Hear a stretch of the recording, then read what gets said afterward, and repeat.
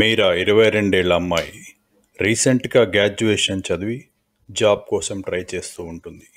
హ్యాపీగా గడుస్తున్న తన లైఫ్లో ఒక ఫోన్ కాల్ మొత్తం జీవితాన్ని మార్చేస్తుంది. అసలు ఏమైంది? ఆ ఫోన్ కాల్ ఎవరిది? ఇప్పుడు చెప్తాను వినండి. మీరా ఒక అందమైన ఇంట్లో ఒంటరిగా నివసిస్తూ ఉంటుంది. వాళ్ళ అమ్మ నాన్న యుఎస్లో ఉంటారు. ఆ రోజు 13 జూలై. బాగా వర్షం పడుతూ ఉంటుంది.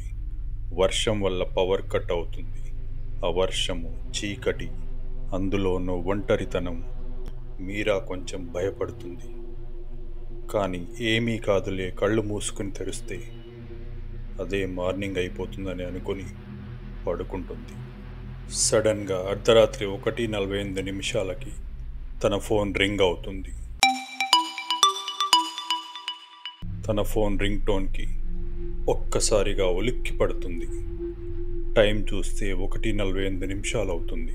ఈ టైంలో కాల్ ఏంటి అని అనుకుంటుంది. వాళ్ళ పేరెంట్స్ ఏమో యుఎస్లో ఉంటారు కదా అని నిద్రమత్తులో ఫోన్ చూసుకోకుండా లిఫ్ట్ చేస్తుంది. హలో అనగానే ఎదురుగుండా నుంచి వాయిస్, ప్లీజ్ ప్లీజ్ నాకు హెల్ప్ చేయండి, నేను ఎక్కడున్నానో నాకే తెలీదు, వాడు వచ్చేస్తున్నాడు ప్లీజ్ అని అంటుంది. మీరా అది విన్నాక ఫోన్ చూసుకుంటుంది. అన్నోన్ నంబర్ అని ఉంటుంది. రాంగ్ నంబర్ అని ఫోన్ కట్ చేద్దాం అనుకుంటుంది. అప్పుడు ప్లీజ్ ప్లీజ్ ఫోన్ కట్ చేయొద్దు, ఇది రాంగ్ నంబర్ కాదు, నాకు నిజంగానే హెల్ప్ కావాలి, వాడు వచ్చేస్తున్నాడు అని అంటున్నప్పుడు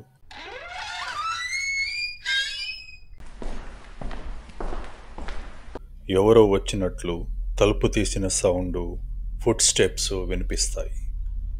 సడన్గా కాల్ కట్ అవుతుంది. ఈ డిస్కషన్ తర్వాత ఇంకా తనకి అది రాంగ్ నెంబర్లా అనిపించదు. వెంటనే పోలీసులకు కాల్ చేస్తుంది. వాళ్ళకి జరిగింది మొత్తం చెబుతుంది. పోలీసులు వెంటనే మీరా చెప్పిన నెంబర్ని ట్రేస్ చేయడానికి ట్రై చేస్తారు. But no use. అలాంటి నెంబర్లు ట్రేస్ అవ్వవు. పోలీసులు అది ప్రాంక్ అయ్యే ఉంటుందని చెప్తారు. మీరా కూడా నిజమే అయి ఉంటుందనుకుని తిరిగి పడుకుంటుంది. అప్పటికే ఉదయం 3:30 అవుతుంది. ఇది ఇక్కడితో అయిపోయిందనుకుంటుంది. కానీ తనకి మళ్ళీ నెక్స్ట్ డే సేమ్ టైం, అంటే ఉదయం 1:45 మీరా ఫోన్ మళ్ళీ రింగ్ అవుతుంది. ఏంటి మళ్ళీ కాల్ వచ్చిందని మనసులో అనుకుని నెంబర్ చూస్తుంది. నిన్న కాల్ వచ్చిన సేమ్ నంబర్. మళ్ళీ ప్రాంక్ చేయడానికి కాల్ చేస్తున్నాను అనుకుని మీరా ఫోన్ లిఫ్ట్ చేయదు. బట్ రిపీటెడ్గా కాల్స్ వస్తూ ఉన్నాయి. ఫైనల్గా 4th టైం మీరా కాల్ లిఫ్ట్ చేస్తుంది. మళ్ళీ అదే గొంతు, ప్లీజ్ ప్లీజ్ హెల్ప్ చేయండి, నేను కిడ్నాప్ అయ్యాను, వాడు వచ్చేస్తున్నాడు, హెల్ప్ హెల్ప్ చేయండి. మీరా ఆ అమ్మాయిలో ఉన్న భయాన్ని చూసి, ఓకే ఓకే కామ్ డౌన్, నువ్వు ఇప్పుడు ఎక్కడున్నావు, అసలు నీ పేరేంటి అని అడుగుతుంది. నా పేరు సమీరా, నేను ఎక్కడున్నానో నాకే తెలీదు అని చెప్తుంది. అప్పుడు మీరా ఎవరతను అని అడుగుతుంది. సమీరా కంగారుగా అతను కనపడడు అని అంటుంది. మీరాకి ఒక్క సెకండ్ ఏమీ అర్థం కాదు. అప్పుడు మళ్ళీ ఫుట్ స్టెప్స్ వినపడతాయి. వెంటనే కాల్ కట్ అయిపోతుంది. మీరా వాట్, కనపడడు అంటే అర్థమేంటి, ఆర్ యూ జోకింగ్ అని అంటుంది. కానీ కాల్ అప్పటికే కట్ అయిపోతుంది. ఇదంతా జరిగిన తర్వాత మీరా చాలా డిస్టర్బ్ అవుతుంది. తనకేమీ అర్థం కాదు, ఏం చేయాలో తెలియడం లేదు.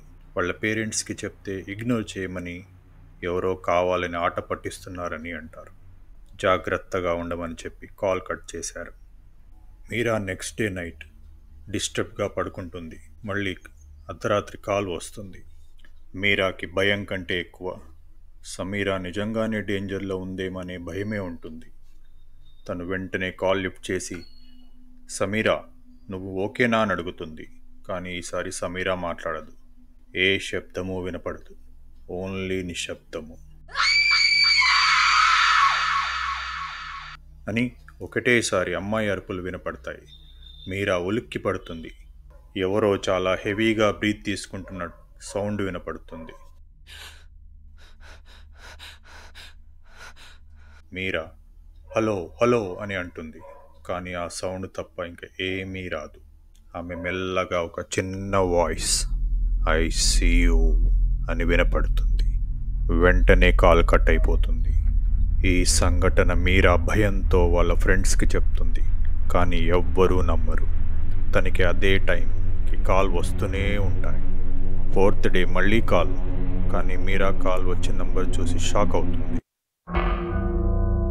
ఈసారి కాల్ వచ్చింది మీరా నంబర్ నుంచి. మీరా భయంతో ఫోన్ లిఫ్ట్ చేయదు. బట్ సెకండ్ టైం ఆటోమేటిక్గా కాల్ ఆన్సర్ అయిపోతుంది. మీరా వాయిసే మీరాకి వినిపిస్తుంది. నువ్వు ఆ రోజు హెల్ప్ చేయాల్సింది, 3 days to go అని కాల్ కట్ అయిపోతుంది. మీరాకి భయంతో చెమటలు పట్టేస్తాయి.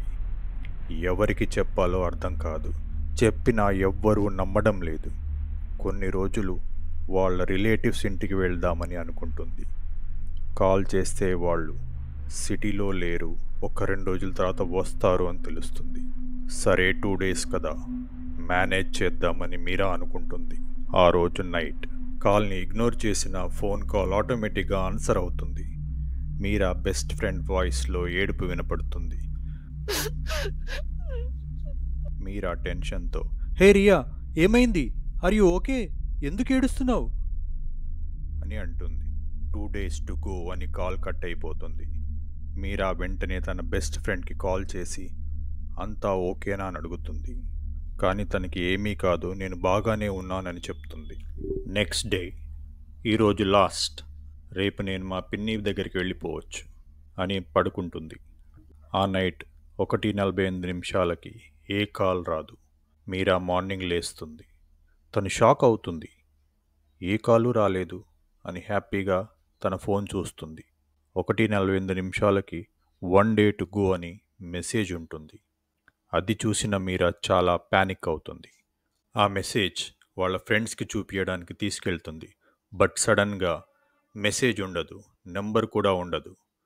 మీరా బెస్ట్ ఫ్రెండ్ రియా, నువ్వు భయంతో ఇమాజిన్ చేసుకుని ఉంటావు, వదిలే అని చెప్తుంది.